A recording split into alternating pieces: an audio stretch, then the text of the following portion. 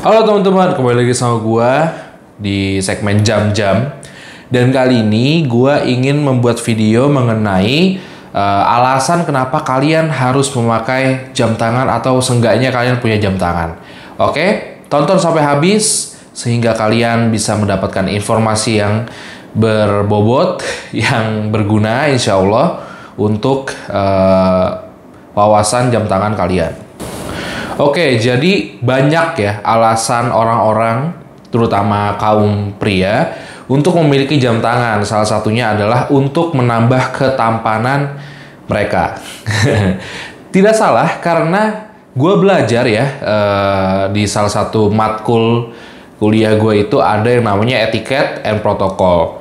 Di situ kita belajar how to dress up properly, gimana cara bersikap profesional gitu ya, dan gimana cara kita menunjukkan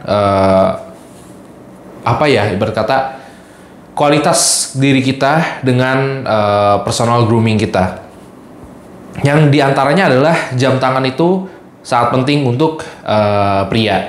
Kenapa? Karena dengan memakai jam tangan dianggap kita itu menghormati waktu dan semestinya kita juga selain memang terlihat keren, profesional, tapi kita juga seperti terus melihat waktu. Jadi karena time is money kan, jadi waktu adalah uang. Jadi kita nggak boleh lengah setiap kita bekerja.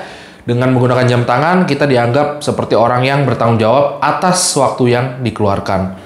Jadi itu salah satu alasan pertama ya, kenapa kita dirasa perlu untuk memakai jam tangan. Nah, tapi ada juga orang yang membeli jam tangan untuk investasi, yang dimana ini sangat-sangat betul dan sangat-sangat gua dukung penuh. Kenapa? Karena jam tangan adalah investasi yang bisa dibilang tidak berat sama sekali. Beratnya cuma di awal ya, semua investasi pasti berat di awal, tapi juga ada investasi yang berat di kemudian hari juga gitu ya. Nah, kalau jam tangan ini terutama ya, gue kasih tahu juga nih, jam tangan di Indonesia ini yang paling bisa berbobot ya untuk investasi itu adalah Rolex. Dimana Rolex ini itu sangat-sangat luar biasa ya. Dia itu bisa seenggaknya stabil, tapi kayaknya tuh ada kepastian naik, apalagi sekelas Rolex yang memang tidak diproduksi lagi, seperti misalnya Batman, Pepsi, dan lain sebagainya. Nah, maka dari itu dengan investasi di jam tangan itu adalah keputusan yang bijak, karena jam tangan itu tidak memiliki pajak per tahun seperti mobil ataupun motor.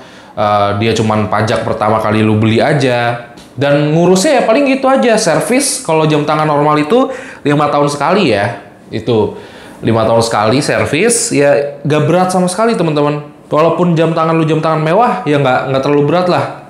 Awal-awal memang sedikit menguras tabungan atau banyak menguras tabungan, tapi kedepannya itu bisa enak banget. Apalagi kalau lu bisa ngejualnya itu di harga, misalnya nih lu beli Rolex di harga 100 juta, terus lu bisa jual 150 juta di tahun berikutnya gitu ya.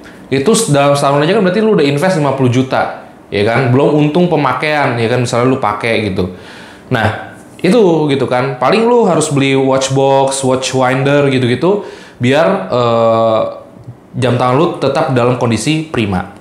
Memang jam tangan itu bukan lagi sebagai penunjuk waktu yang akurat dan juga diminati ya, karena gini.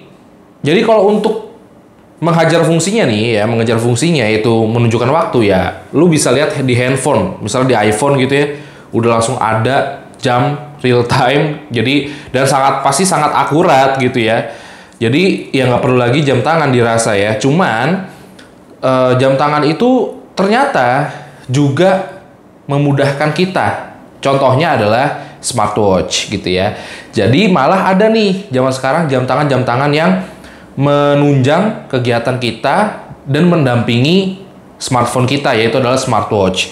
Jadi jadwal kita segala macam, kalender segala macam itu bisa diakses di situ. Bahkan sampai notifikasi sosial media pun bisa kita akses melalui smartwatch kita. Jadi ketika kita sedang berkendara dalam keadaan macet lampu merah gitu ya misalnya, kita harus keep in touch sama seseorang, itu kita bisa langsung tinggal pakai jam tangan smartwatch kita lihat di notifikasinya apakah orang itu ada chat kita atau gimana, ada ngabarin kita something, kita tinggal langsung reply lewat smartwatch. Dan itu kan juga jam tangan ya, jadi jam tangan itu nggak cuman jam analog, jam digital, tapi juga smartwatch itu merupakan salah satu jam tangan yang ada di dunia ini. Gitu. Nah, tentunya masih banyak lagi ya fungsi-fungsi jam tangan yang sebenarnya belum bisa digantikan. Kayak misalnya diving watch, terus habis itu misalnya jam tangan untuk militer kayak gitu-gitu. Mungkin belum ada gantinya, belum ada something yang bisa menggeser pamor jam tangan itu. Tapi yang perlu kalian ingat, jam tangan juga merupakan status sosial. Jadi ketika lu melihat orang memakai jam tangan Rolex lah katakan ya, walaupun lu nggak tahu lah itu Rolex asli atau KW, cuman ya lu ngelihat for the first time pasti lu kayak wah gila nih orang pasti ex-mood nih, eksekutif muda. Wah nih orang nih pasti punya usaha di mana-mana nih. Ini orang pasti punya pabrik di mana-mana nih. Wah nih orang pasti orang besar, gitu kan? Kalau kalian apalagi lihat orang pakai Epi, aduh, itu udah kayak gila nih orang duitnya nggak berseri ya gitu. Padahal nggak tahu tuh ori atau KW gitu ya. Tapi yang kita lihat kan itu. Jadi first impression orang kepada kita dengan kita menggunakan jam tangan, ya gue sih menyarankannya jangan beli jam tangan KW atau non original karena biar setara lah dengan ini kita gitu loh. Karena orang juga akan respect kok kalau lu misalnya menunjukkan kebisaan lu, misalnya lu cuman baru sanggup beli Seiko misalnya, atau baru sanggup beli G-Shock, ya nggak apa-apa gitu. Orang kan juga akan kayak, oh mungkin dia masih di tahap bekerja keras gitu kan. Jadi nggak masalah juga. Jadi dibanding lu ngebohongin orang lain dan diri lu sendiri gitu kan. Gua udah sanggup nih beli Rolex, ternyata Rolex KW kayak gitu.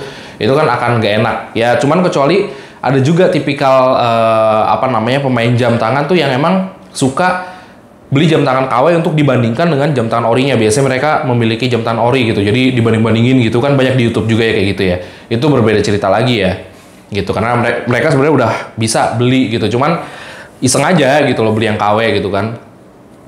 Nah, ya first impression ke orang first impression dari orang kan pasti wah, ini orang gokil gitu loh. Nggak cuman Rolex, Seiko deh. Bagi sebagian orang nih, lihat orang pakai Seiko itu something yang spesial karena orang itu bakal respect sama lo. Karena kalau orang mengerti jam, pasti tahu kan sejarah Seiko. Berarti dia kayak relate gitu loh. Wah, dia juga suka Seiko nih, ya kan kayak gue juga nih. Wah, ini orang kelas nih. Kayak gitu. Nggak cuman Rolex, nggak cuman Epi, nggak cuman Patek dan lain-lain sebagainya. Jam Swiss lainnya. Gitu ya. Ada jam Jepang juga, Rolex. Seiko, Casio, terus habis itu ada G-Shock juga, ya kan? Dari Casio juga sih G-Shock ya. Nah, intinya jam tangan itu memiliki segudang keperuntukan, ya kan? Keperuntukan yang utama tadi itu adalah penanda bahwa lu itu profesional, lu tuh bertanggung jawab akan waktu yang lu keluarkan di depan misalnya pimpinan lu atau calon investor lu mungkin, ya kan? Terus yang kedua adalah sebagai investasi yang ringan karena perawatannya gampang, murah, dan dia cuman mahal di awal doang gitu. Yang ketiga adalah ya pastinya pembantu kita dalam kegiatan sehari-hari dan sebagai pendamping smartphone dengan jam tangan smartwatch ini, ya kan. Terus yang terakhir itu adalah sebenarnya sebagai status sosial, ya kan. Kalau lu memiliki jam tangan yang mewah, pasti orang-orang memandang lu sebagai orang yang berada gitu ya. Oke, jadi sekian untuk video kali ini. Semoga kalian semua terhibur dan semoga video ini menambah wawasan kalian akan jam tangan. Jadi tidak ada salahnya kalian masih membeli jam tangan pada tahun 2020 ini, karena jam tangan itu menurut gua adalah perhiasan sekaligus alat yang akan terus berkembang. Contohnya dia ada smartwatch, ya, itu kan hasil dari perkembangan si jam tangan, dan itu juga menunjukkan bahwa kalian itu selalu ingat waktu gitu ya. Oke, so terima kasih udah menonton sampai habis. Sampai jumpa di video berikut ya. Jangan lupa keep respect each others. Bye bye.